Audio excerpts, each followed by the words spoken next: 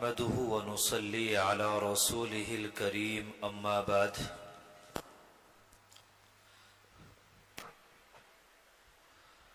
فأعوذ بالله من الشيطان الرجيم بسم الله الرحمن الرحيم قل إن كنتم تحبون الله فاتبعوني يحببكم الله ويغفر لكم ذنوبكم والله غفور رحيم صدق الله العظيم وعن أنس رضي الله تعالى عنه قال قال رسول الله صلى الله عليه وسلم لا يؤمن أحدكم حتى أكون أحب إليه من والده وولده والناس أجمعين أو كما قال عليه الصلاة والسلام اللهم صل على سيدنا محمد وعلى آل سيدنا محمد وبارك وسلم. معزز سامعین اعظام،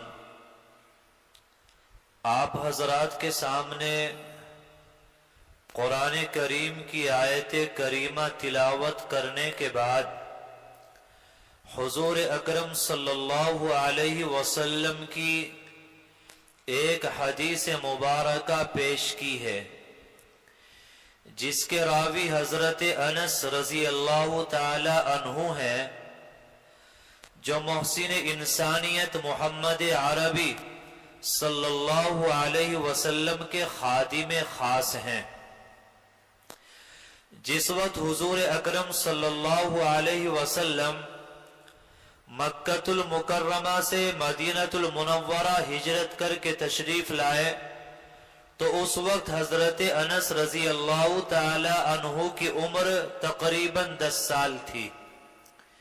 ان کی والدہ حضرت ام سلیم رضی اللہ تعالی عنہا وہ ان کو لے کر حضور اکرم صلی اللہ علیہ وسلم کی خدمت میں حاضر ہوئی اور عرض کیا یا رسول اللہ، آپ ان کو اپنی خدمت کے لیے قبول فرما لیجئے.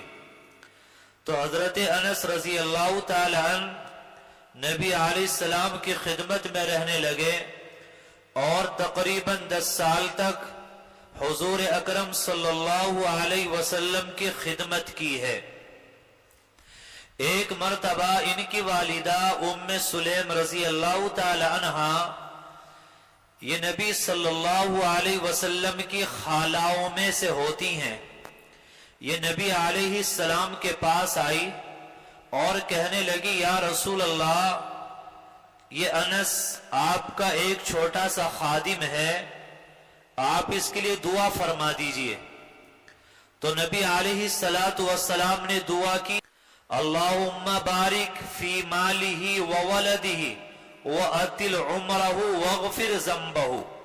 4 دعائیں کی کہ اللہ ان کے مال میں اور اولاد میں برکت عطا فرما، ان کی عمر کو دراز فرما اور ان کے گناہوں کو معاف فرما. حضرت انس رضی اللہ تعالیٰ عنہ فرماتے ہیں کہ نبی صلی اللہ علیہ وسلم کی دعا کا اثر یہ تھا کہ اللہ تعالیٰ نے میرے مال میں اتنی برکت پیدا فرمائی کہ لوگوں کے باغ سال میں 1 مرتبہ پھل دیتے تھے اور میرے باغ وہ 1 سال میں 2 مرتبہ پھل دیتے تھے. اولاد میں اتنی برکت عطا فرمائی کہ میں اپنی اولاد اور اولاد الاولاد یعنی اپنی اولاد آگے ان کی اولاد، ان میں سے 98 کو اپنے ہاتھ سے دفن کر چکا ہوں اور اس سے زیادہ فی الحال موجود ہیں. اور ان کی عمر تقریباً 104 سال ہوئی. فرماتے کہ ان 3 دعاؤں کی قبولیت میں نے اپنی آنکھوں سے دیکھ لیے. اور جو چوتھی دعا تھی کہ اللہ ان کی مغفرت فرما، گناہوں کو معاف فرما، فرماتے کہ یقین ہے انشاءاللہ اللہ تبارک و تعالی میرے حق میں نبی علیہ السلام کی اس دعا کو بھی قبول فرمائیں گے. تو آپ کے سامنے جو حدیث پیش کی ہے اس کو حضرت انس رضی اللہ تعالی عنہ نے بیان کیا ہے، اور اس حدیث کے اندر کمال ایمان کو بیان کیا گیا۔ فرمایا کہ تم میں سے کوئی مومن نہیں ہو سکتا یہاں تک کہ اس کے نزدیک حضور اکرم صلی اللہ علیہ وسلم کی ذات، اس کے والدین، اولاد اور تمام لوگوں سے زیادہ محبوب نہ بن جائیں۔ اگر کسی کے دل کے اندر حضور اکرم صلی اللہ علیہ وسلم سے زیادہ اولاد کی محبت ہے، والدین کی محبت ہے، یا انسانوں میں سے کسی اور کی محبت ہے، تو یہ اس بات کی علامت ہے کہ اس کا ایمان ناقص ہے۔ علامہ ابن بطال رحمت اللہ علیہ وہ فرماتے کہ جب انسان کا ایمان کامل ہو جاتا ہے تو اس کو اس بات کا ادراک ہو جاتا ہے کہ میرے اوپر جتنا حق حضور اکرم صلی اللہ علیہ وسلم کا ہے اتنا کسی اور کا نہیں ہے، کیونکہ آپ ہی کے ذریعے مجھے ہدایت ملی ہے، آپ ہی کے ذریعے میں نے گمراہی سے نجات پائی ہے، تو وہ اس بات کو سمجھنے لگتا ہے کہ مجھ پر سب سے زیادہ حق وہ حضور اکرم صلی اللہ علیہ وسلم کا ہے۔ اسی طرح علماء نے بیان کیا ہے کہ محبت کی دو قسمیں ہیں۔ کیا فرمایا؟ محبت کی دو قسمیں ہیں، ایک محبت طبعی ہے اور ایک محبت عقلی ہے۔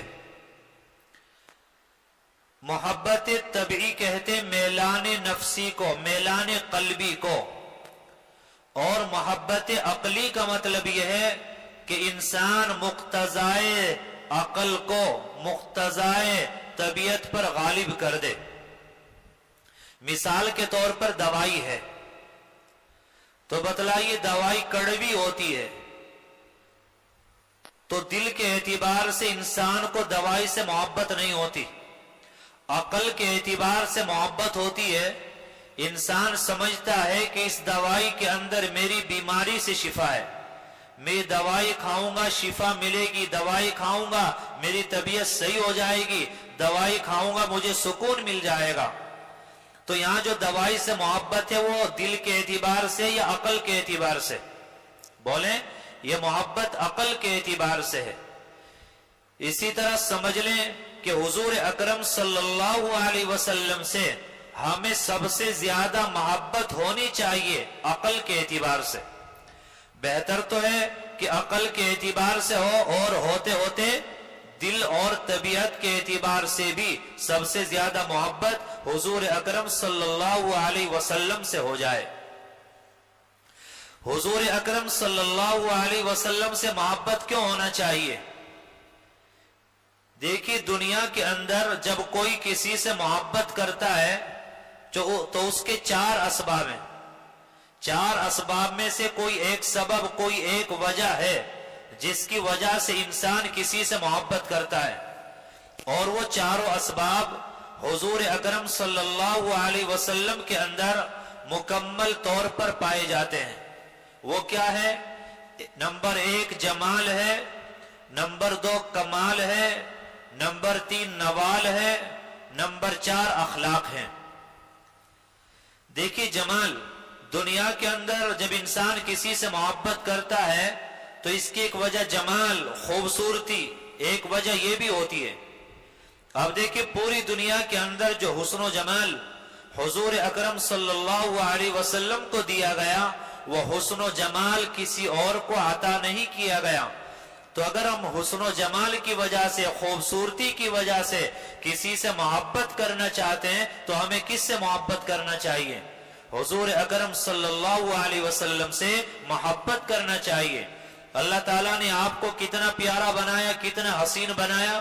حضرت برا وہ فرماتے ہیں کہ ایک مرتبہ 14ویں رات کا چاند اور میں مسجد نبوی کے اندر داخل ہوا تو میں نے جیسے مسجد نبوی کے اندر داخل ہوا تو دیکھا کہ حضور اکرم صلی اللہ علیہ وسلم وہ تشریف فرمائے اور 14ویں رات کا چاند پوری آب و تاب کے ساتھ نکلا ہوا ہے۔ فرماتے کہ میں یہ سوچنے لگا کہ آیا آسمان کا چاند زیادہ خوبصورت ہے یا حضور اکرم صلی اللہ علیہ وسلم زیادہ خوبصورت ہیں؟ فرماتے میں سوچتا رہا، کبھی آسمان کا چاند دیکھتا، کبھی عرب کا یہ چاند دیکھتا۔ فرماتے بالآخر میرے دل نے فیصلہ کیا کہ اے آسمان کے چاند، اگرچہ دنیا کے اندر تیری خوبصورتی کا چرچا ہے، لیکن جو حسن و جمال اللہ تبارک و تعالی نے نبی علیہ السلام کو عطا کیا ہے وہ تیرے پاس نہیں ہے۔ حضرت عبداللہ بن سلام رضی اللہ تعالیٰ عنہ یہ یہودیوں کے ایک بہت بڑے عالم تھے۔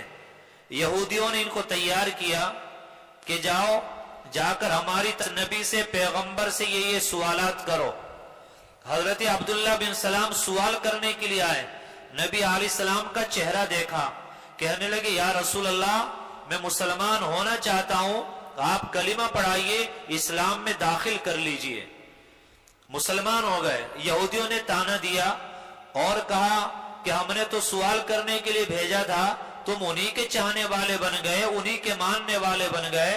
تو حضرت عبداللہ بن سلام نے ایک جواب دیا تھا اور کہا تھا کہ اے لوگو ذرا توجہ کے ساتھ دیکھو تو صحیح کہ اتنا خوبصورت چہرہ، یہ نورانی چہرہ، یہ کسی جھوٹے انسان کا نہیں ہو سکتا، یہ واقعتاً اللہ کا نبی اور پیغمبر ہے، اس لیے میں ان کا ماننے والا اور چاہنے والا بن گیا۔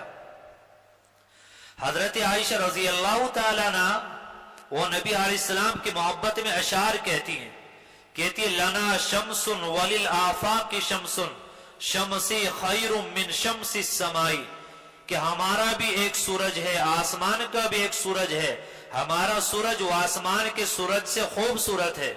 کیوں؟ کہتی فَإِنَّ الشَّمْسَ تَطْلُعُ بَعْدَ فَجْرٍ، کہ جو آسمان کا سورج ہے وہ فجر کے بعد نکلتا ہے، وَشَمْسِ تَطْلُعُ بَعْدَ الْعِشَاءِ، اور میرا جو سورج ہے، میرا جو چاند ہے وہ عشاء کے بعد طلوع ہوتا ہے۔ یعنی نبی علیہ السلام کے بارے میں بتلا رہی ہیں کہ جب رات ہوتی ہے، اندھیرا چھا جاتا ہے، تو نبی علیہ السلام کا چہرہ بڑا روشن اور چمکدار نظر آتا ہے۔ تو اتنا حسن و جمال اللہ تعالیٰ نے حضور اکرم صلی اللہ علیہ وسلم کو عطا کیا۔ آج ہم حسن و جمال پہ مر گئے اور حسن و جمال کے چکر میں آ کر، حسیناؤں اور بلاؤں کے چکر میں آ کر ہم نے اپنی روحانیت کو برباد کیا، اپنے ایمان کو کمزور کیا، اللہ سے تعلق کو کمزور کیا، اللہ سے رشتے کو کمزور کیا، اللہ سے محبت کو کمزور کیا۔ اگر حسن و جمال پہ مرنا ہے، خوبصورتی کو دیکھنا ہے، تو حضور اکرم صلی اللہ علیہ وسلم سے زیادہ خوبصورت انسان نہ دنیا کے اندر آیا نہ کوئی آئے گا۔ تو خوبصورتی پہ مرنا ہے تو آپ پر مریں، آپ سے عشق ہو، آپ سے محبت ہو، آپ کی ایک ایک ادا سے ہم لوگوں کو پیار ہو۔ دنیا کے اندر جو کسی سے محبت کی جاتی ہے تو دوسری وجہ ہے کمال۔ اگر دیکھا جائے تو اللہ تعالیٰ نے نبی علیہ السلام کو ہر طرح کے کمالات سے نوازا ہے۔ آپ نے فرمایا انا سید ولد آدم، کہ میں تو اولاد آدم کا سردار ہوں اور مجھے اس پر کوئی فخر بھی نہیں ہے۔ تو اولین و آخرین کے علوم آپ کو عطا کیے گئے، یہ کمالات آپ کو عطا کیے گئے، تو محبت کرنا ہے کس سے ہونا چاہیے؟ پیغمبر علیہ السلام سے محبت ہونا چاہیے۔ اسی طرح دنیا کے اندر جو محبت کی جاتی ہے تو تیسرا سبب ہے نوال، یعنی عطا اور بخشش، کسی کو کچھ دینا۔ نبی علیہ السلام نے ساری زندگی اپنے پاس مال و دولت جمع نہیں کیا، آپ کے پاس جو کچھ آتا تھا تقسیم کر دیا جاتا تھا۔ غزوہ حنین کے موقع پر بہت سا مال و دولت ہاتھ آیا تو نبی علیہ السلام نے ایک ایک آدمی کو کئی سو بکریاں عطا فرمائی۔ تو آپ سے زیادہ دینے والا، بخشش کرنے والا کوئی نہیں۔ تو اس بنا پر اگر محبت کرنا ہے تو حضور اکرم صلی اللہ علیہ وسلم سے محبت ہونا چاہیے۔ اور چوتھا سبب جس کی وجہ سے دنیا کے اندر کسی سے محبت کی جاتی ہے وہ اخلاق ہیں۔ اگر دیکھا جائے تو اللہ تعالیٰ نے حضور اکرم صلی اللہ علیہ وسلم کو اخلاق عظیمہ عطا فرمائے۔ اخلاق کی تین قسمیں ہیں، ایک اخلاق حمیدہ ہے، ایک اخلاق کریمانہ ہے، ایک اخلاق عظیمہ ہے۔ اخلاق حمیدہ تو یہ ہے کسی نے آپ کو تکلیف پہنچائی، آپ سے برداشت نہیں ہو رہا ہے تو آپ بدلہ لے لیں، زیادتی کرنے کی اجازت نہیں، بدلہ لے لیں۔ یہ اخلاق کا ادنا درجہ ہے۔ ایک اخلاق کریمانہ، اخلاق کریمانہ ہے کسی نے آپ کو تکلیف پہنچائی ہے آپ بدلہ نہ لیں، یہ اخلاق کریمانہ، یہ متوسط درجہ ہے۔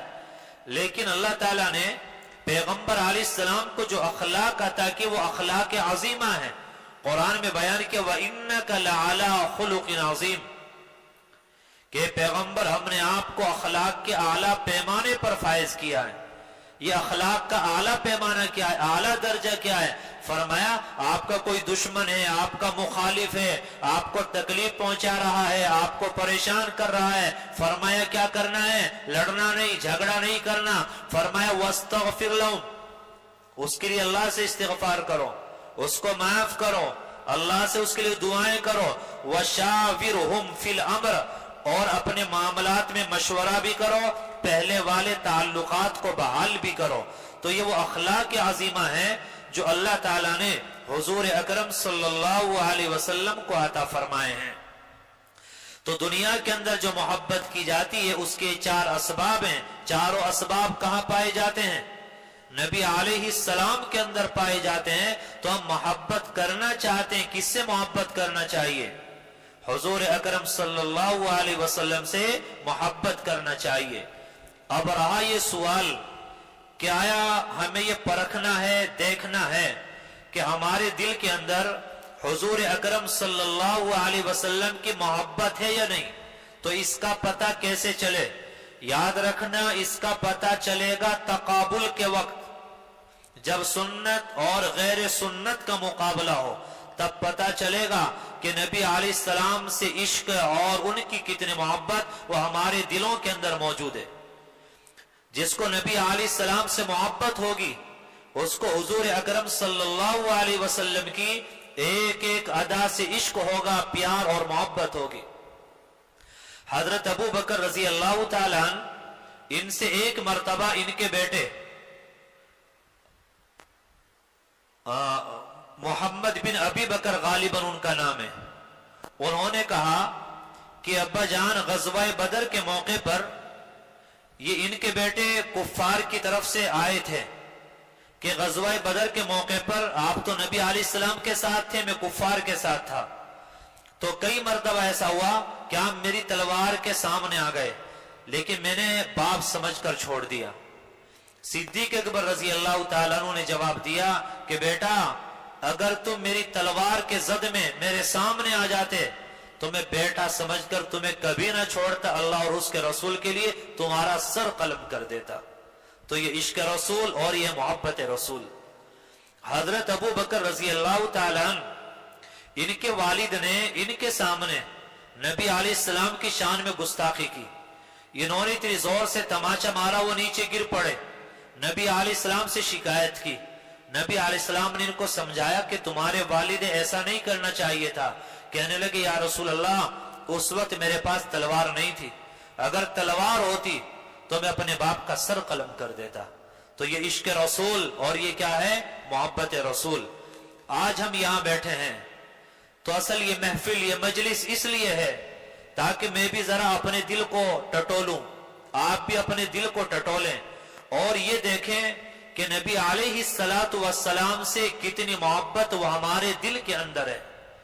یہ تو آپ سمجھ گئے، حدیث آپ کے سامنے آئی کہ اگر کسی انسان کو نبی علیہ السلام سے زیادہ محبت والدین کی ہے، اولاد کی ہے، تو اس کا ایمان کامل نہیں، اس کا ایمان کیا ہے؟ ناقص ہے۔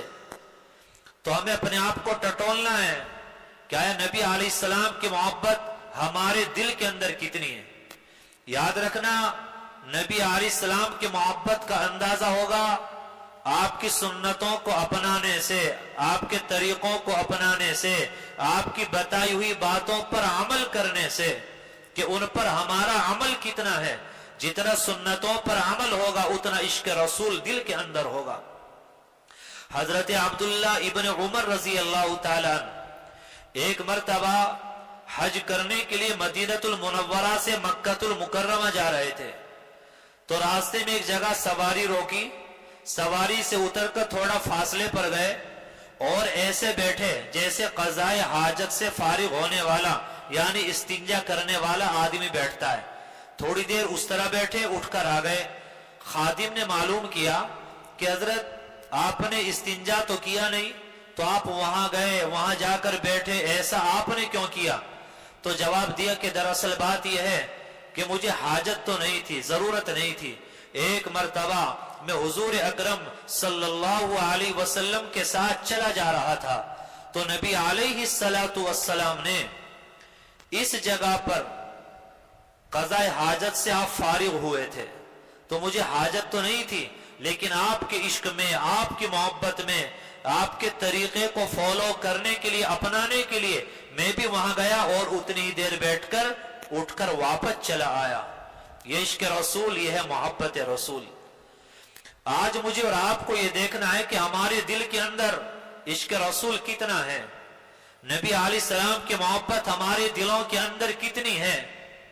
میرے بھائیوں, یہ تقابل کے وقت پتہ چلے گا, یہ معلوم ہوگا سنتوں پر عمل کرنے سے. ہم میں سے ہر کوئی یہ دیکھے کہ سنتوں پر عمل کتنا ہے. آج ہم چاہتے کہ اللہ کا محبوب بن جائیں, اللہ کا ولی بن جائیں, چاہتے تصوف کے جو اسباق ہیں ہمارے اسباق ہو جائیں, مراقبے کرنے آ جائیں, پاس انفاس, ذکر قلبی, یہ تمام تر چیزیں ہمیں آ جائیں. یاد رکھنا, سب سے آسان طریقہ, سب سے افضل طریقہ اللہ والا بننے کا, اللہ کا ولی بننے کا, اللہ کا قرب اور اللہ کی محبت کو پانے کا سب سے آسان طریقہ ہے حضور اکرم صلی اللہ علیہ وسلم کی سنتوں پر عمل کرنا. آج ذرا دیکھیں نبی علیہ السلام کی سنتوں پر عمل کہاں ہے. کھانے کی سنتیں کہاں گئی, سونے کی سنتیں کہاں, نیند سے بیدار ہونے کی سنتیں کہاں, اور چلنے کی سنت کہاں, گفتگو کرنے کی سنت کہاں, کسی کے یہاں مہمان بنے تو سنت کہاں, میزبان بنے تو سنت کہاں. آج سنتوں پر ہمارا عمل کہاں ہے. سنتوں پر عمل کرنے کا فائدہ اتنا ہے کہ آپ مسجد کے اندر آئے, آپ جوتے چپل پہن کے آئے, آپ نے سنت کے مطابق اپنی چپلوں کو اتارا, آپ مسجد کے اندر آ گئے, آپ یہاں بیٹھے, چپل آپ کی باہر ہیں, سنتوں کے مطابق آپ نے نکالا تھا, تو آپ کو برابر سنت پہ عمل کرنے کا ثواب ملتا رہے گا. آپ رات میں جب آرام کرنے کے لیے لیٹتے ہیں, آپ نے قمیص سنت کے مطابق اتاری, آپ نے اس کو کسی جگہ پہ ٹنگا دیا, قمیص آپ کی ٹنگی ہے, آپ سو رہے ہیں, آپ کو سنت پہ عمل کرنے کا ثواب برابر مل رہا ہے. تو سنتوں پر عمل کرنے کے بے شمار فائدے ہیں. عشق رسول پیدا ہوتا ہے, اللہ کی محبت پیدا ہوتی ہے, اللہ کا قرب ملتا ہے, اور جو کام سنت کے مطابق ہوتا ہے اللہ تبارک و تعالی اس کو فرماتے ہیں, اس کام کو رد نہیں کرتے. جیسے آپ کوئی سامان خریدنے جائیں, موبائل چاہیے آپ کو, بنیان چاہیے, کوئی بھی سامان آپ کو چاہیے, تو آپ کمپنی کی مہر دیکھتے ہیں, یہ کس کمپنی کا برانڈ ہے, آپ دیکھ کر لیتے ہیں. تو جب ہمارے اعمال اللہ تبارک و تعالیٰ کے حضور جاتے ہیں تو اللہ تعالیٰ دیکھتے ہیں اچھا یہ کام میرے محبوب کی سنت کے مطابق ہے, اس پر سنت کی مہر لگی ہے, تو اللہ تبارک و تعالیٰ اس کو فوراً قبول فرماتے ہیں. آج ذرا ہم اپنی زندگی میں جھانک کر دیکھیں سنتوں پر ہمارا عمل کتنا ہے. یہ پتہ چلے گا تقابل کے وقت کہ آپ کی بیٹی کی شادی ہے, آیا اب سنت پر عمل ہے یا خاندان اور برادری کو خوش کرنے کی فکر ہے. یہ پتہ چلتا ہے تقابل کے وقت میں کہ ہم نبی علیہ السلام کی سنت کو مضبوطی سے پکڑتے ہیں, یا قوم, عصبیت, علاقہ, ان کی رسم و رواج کو ہم لوگ فروغ دیتے ہیں اور ان پر عمل کرتے ہیں.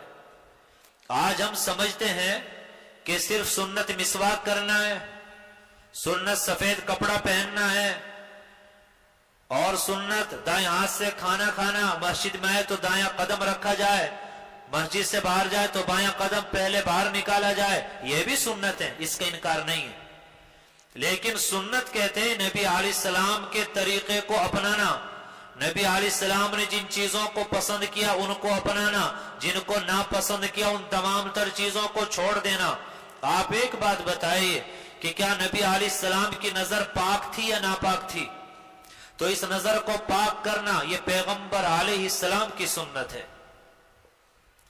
آج تہجد پڑھ رہے ہیں، کتنے احباب ہیں تہجد کے پابند، اشراق اور چاشت کے پابند، ان کے مراقبے ہیں، ذکر کی پابندی ہے، نیک اعمال ہیں، لیکن روحانی اعتبار سے ترقی نہیں، اللہ کی محبت دل میں نہیں ہے، اللہ کی معیت کا استحضار نہیں ہے، کیونکہ نیک اعمال کرتے ہیں، انوارات دل میں آتے ہیں، نظر خراب کرتے ہیں، وہ سارے انوارات نکل جاتے ہیں۔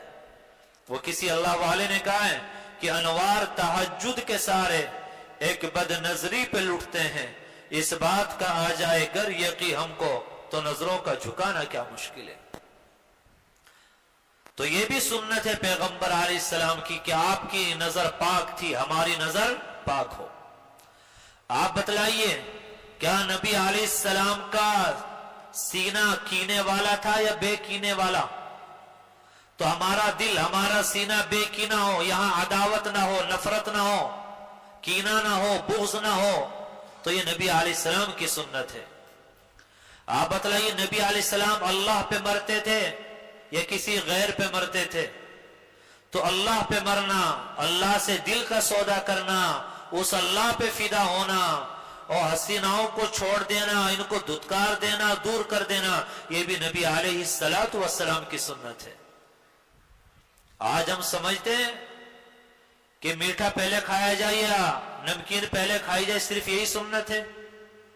ہم سمجھتے ہیں مسواک کرنا صرف سنت ہے، ہاں سنت ہے، ان کا انکار نہیں ہے، لیکن یہ بھی نبی علیہ السلام کی سنتیں ہیں آج جن کو ہم لوگ چھوڑے ہوئے ہیں۔ آج ہر کوئی اپنے دل میں جھانک کر دیکھے کہ اس دل کے اندر پیغمبر علیہ السلام کی محبت ہے یا حسیناؤں کی محبت ہے۔ حسن بتاں سے جو دل آباد کر رہا ہے وہ اپنی زندگی کو برباد کر رہا ہے۔ یہ بتاں بت کی جمع ہے، اور بت کس کو کہتے ہیں؟ یہ غیر مسلم لوگ جو پوجا کرتے ہیں نا مورتیوں کی، ان کو کیا کہتے ہیں؟ ان کو بت کہتے ہیں۔ بت کیوں کہتے ہیں؟ کیونکہ یہ ان کی عبادت کرتے ہیں، ان سے محبت بھی کرتے ہیں نا، تو ان کی محبت کی وجہ سے ان کو اللہ کی محبت نہیں ملتی، اللہ پر ایمان نہیں لائے، تو رکاوٹ کون بنا؟ یہ بت بنے۔ اسی طرح نوجوان دوست آپ یہاں بیٹھے، سمجھنا یہ حسیناؤں پہ مرنا اور حسیناؤں کو دل دینا، یہ موبائل پر باتیں کرنا، یہ عشق لڑانا، یہ ناجائز محبتیں کرنا، یہ ناجائز رشتے بنانا، سنو یہ بھی کیا ہے؟ یہ ایک بت ہے۔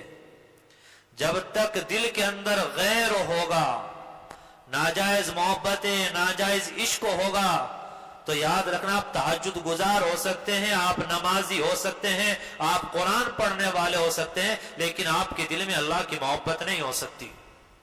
آج کے اس زمانے میں یہ سب سے بڑی رکاوٹ ہے جو ہمیں اللہ کی محبت سے دور کیے ہوئے۔ اللہ تعالیٰ سے بڑا غیور غیرت مند کوئی نہیں ہے۔ کیا آپ چاہتے ہیں کہ آپ کی بیوی کے دل میں آپ کے علاوہ کوئی اور ہو؟ کیا آپ برداشت کرو گے، پسند کرو گے؟ تو اللہ بڑے غیور ہیں کہ بندہ میرا رزق میرا کھاتا ہے، نعمت استعمال میری کرتا ہے، اور دل میں حسیناؤں کو بٹھائے پھر رہا ہے۔ خیال تو اللہ کا ہونا چاہیے۔ رات کو بستر پہ لیٹے خیالات پراگندہ، خیالات گندے ناپاک اور ادھر ادھر کے بارے میں سوچ رہے ہیں۔ اگر ان خیالات کے ساتھ موت آ گئی تو اللہ کو کیا منہ دکھائیں گے؟ تو اگر اللہ سے سچا عشق اور سچی محبت کرنا چاہتے ہیں تو نبی علیہ السلام کی سنتوں کو اپنانا ہوگا۔ اللہ کو پانے کا، اللہ تک جانے کا یہ سب سے آسان اور سب سے شارٹ کٹ راستہ ہے۔ بات سمجھتے ہیں، اسباق ہو جائیں تصوف کے، مراقبہ کرنا آ جائے، ذکر کرنا آ جائے، تو سب سے آسان طریقہ کیا ہے؟ حضور اکرم صلی اللہ علیہ وسلم کی سنتوں کو اپنانا۔ سر کے بالوں سے لے کر پاؤں کے ناخنوں تک عمل کس پر ہو؟ نبی علیہ السلام کی سنتوں پر ہو۔ ہم ایک چیز کو اپنی ٹٹولیں۔ آپ نے بال کٹائے سنت کے مطابق، بال کٹ گئے سنت کے مطابق، آپ کو برابر سنت پہ عمل کرنے کا ثواب مل رہا ہے، اور انگریز کے طریقے پر بال کٹائے، انگریزی کٹنگ آپ نے کرائے تو برابر گناہ بھی ملتا رہے گا۔ ہم سر سے نیچے آ جائیں، ذرا چہرہ دیکھیں، یہ پیغمبر علیہ السلام سے ملتا ہے یا انگریز سے ملتا ہے؟ اپنا لباس دیکھیں، اپنے ظاہر کو بھی دیکھیں، اپنے باطن کو بھی دیکھیں، آیا ہمارا ظاہر کس سے میچ کر رہا ہے؟ نبی علیہ السلام کی سنتوں کے مطابق ہے یا غیروں کے طریقے کے مطابق ہے؟ اس دل کو بھی دیکھیں، آیا اس دل میں اللہ اور اس کے رسول کی محبت ہے یا غیر کی محبت ہے؟ جب تک غیر کی محبت ہو، نظر خراب ہو، دل خراب ہو، عشق لڑانا ہو، تو یاد رکھنا انسان اللہ کی طرف ایک قدم بھی نہیں چل سکتا۔ آج کے اس زمانے کا سب سے بڑا چور، سب سے بڑا فتنہ یہی ہے جو ہماری ترقی میں رکاوٹ بنے ہوئے ہیں۔ نوجوانوں، اللہ کے یہاں آپ کا یہ مقام، یہ مرتبہ ہے کہ آپ اللہ کے سامنے ہاتھ اٹھائیں، آپ سجدہ کریں، دعا مانگیں، آپ کے ہاتھ نیچے نہیں آئیں گے، اللہ کے یہاں دعا قبول ہو چکی ہوگی۔ لیکن یہ دعا مانگنا دل سے تو ہو، دل میں تو بت ہے، دل میں تو غیر ہے، ناجائز محبتیں ہیں، ناجائز رشتے ہیں، ناجائز تعلقات ہیں۔ یاد رکھنا یہ ایک ایسا گناہ ہے، یہ عشق لڑانا، ناجائز محبتیں کرنا، کہ انسان کے لیے ایمان سے محرومی کا سبب بن جاتا ہے۔ کیونکہ جب انسان کی موت آتی ہے تو آنکھوں سے دیکھنا بند ہو جاتا ہے، زبان اپنا کام کرنا چھوڑ دیتی ہے۔ اب اس وقت جو دل میں ہوتا ہے وہ سامنے آتا ہے۔ اب دل میں اللہ کی محبت بٹھائی گی تو اللہ کا نام سامنے آئے گا، کلمہ سامنے آئے گا، اور غیر کو بٹھایا حسیناؤں پہ مرے تو پھر ان پہ جیے ہیں تو انہی پہ مرنا ہوگا۔ لکھا ہے علماء نے کہ یہ انسان کے لیے ایمان سے محرومی کا سبب بن جایا کرتا ہے۔ آج ہم مایوس ہو گئے، ہم سمجھتے ہیں اللہ کی محبت کیسے ملے؟ میرے بھائیو بہت آسان ہے، بہت آسان ہے۔ جو فرائض ہیں، واجبات ہیں، آپ ان پر عمل کریں۔ جو سنن مؤکدہ ہیں آپ ان پر عمل کریں۔ تہجد نہیں پڑھ سکتے کوئی بات نہیں، اشراق چاشت آپ نہیں پڑھ سکتے کوئی بات نہیں، بس آپ گناہ نہ کریں، آپ گناہ کرنا چھوڑ دیں، آپ اللہ کی نافرمانی کرنا چھوڑ دیں، اللہ کی محبت آپ کو مل جائے گی، قرب آپ کو مل جائے گا۔ تو اللہ کو پانے کا سب سے آسان طریقہ کیا ہے؟ سنتوں پہ عمل کرنا، سنتوں کو سیکھا جائے، ان کو اپنایا جائے، عمل کیا جائے، اسی کے مطابق زندگی گزاری جائے۔ ایک کتاب آتی ہے رسول اللہ کی پیاری پیاری سنتیں، ایک تو باریک سی کتاب ہے، ایک ذرا موٹی کتاب آتی ہے، تو اس میں ہر چیز کی سنتیں الگ الگ بیان کی ہیں۔ آپ وہ کتاب خریدیں، اس کے مطالعے کا طریقہ یہ ہے کہ مثلا کھانے کی سنت ہے، آپ صرف اس کا مطالعہ کریں، جب آپ کھانا کھانے بیٹھیں تو پھر دیکھیں کتنی سنتوں پر عمل ہوا۔ جب تک کھانا کھانے کی ساری سنتوں پر عمل نہ ہو جائے، 2 دن ہو جائیں، 3 دن ہو جائیں، آپ اسی کا مطالعہ کریں۔ جب کھانے کی سنتوں پر عمل ہونا شروع ہو جائے، پھر آپ آ جائیں پینے کی سنتیں، پھر آپ آ جائیں سونے کی سنتیں، پھر آپ آ جائیں بیدار ہونے کی سنتیں، یعنی ہر چیز کی الگ الگ سنتیں اس کے اندر بیان کی گئی ہیں۔ پڑھتے جائیں، عمل کرتے جائیں، اور نبی علیہ الصلاۃ والسلام کی سیرت کو، آپ کی سنتوں کو اپنائیں۔ یہ اللہ کو پانے کا، اللہ کا قرب حاصل کرنے کا یہ سب سے آسان اور سب سے افضل طریقہ ہے۔ تو انشاءاللہ سنتوں پر عمل کریں گے نہیں میرے بھائیو، یہ نہ سوچے دنیا کیا کہے گی، کون ہمیں کیا کہے گا۔ دیکھیے جب کسی انسان کی موت واقع ہو جاتی ہے تو ٹوپی اتار لی جاتی ہے، کپڑے اتار لیے جاتے ہیں، مسواک کوئی کرتا تھا اتار کی طرف ڈال دی جاتی ہے، اور قبر میں اس کو رکھا جاتا ہے۔ اگر چہرے پہ داڑھی ہوتی ہے تو یہ ایک سنت ایسے جو قبر میں بھی کیا جاتی ہے، ساتھ جاتی ہے۔ اللہ کے فرشتے جب آئیں سوال کرنے کے لیے، ان کو لگے یار یہ تو کون ہے، یہ تو حضور اکرم صلی اللہ علیہ وسلم کا امت ہی آیا ہے، اور چہرے پہ داڑھی نہ ہو تو کیسے پہچانو؟ یہی تو ایک سنت ہے جو ساتھ جاتی ہے، اور ہم اس کو نالیوں میں بہا رہے ہیں، کوئی احترام نہیں، کوئی قدر نہیں۔ تو سنتوں پہ عمل کریں، گناہوں کو چھوڑیں، اللہ کی نافرمانیوں کو چھوڑیں، اللہ کہنے سننے سے زیادہ عمل کی توفیق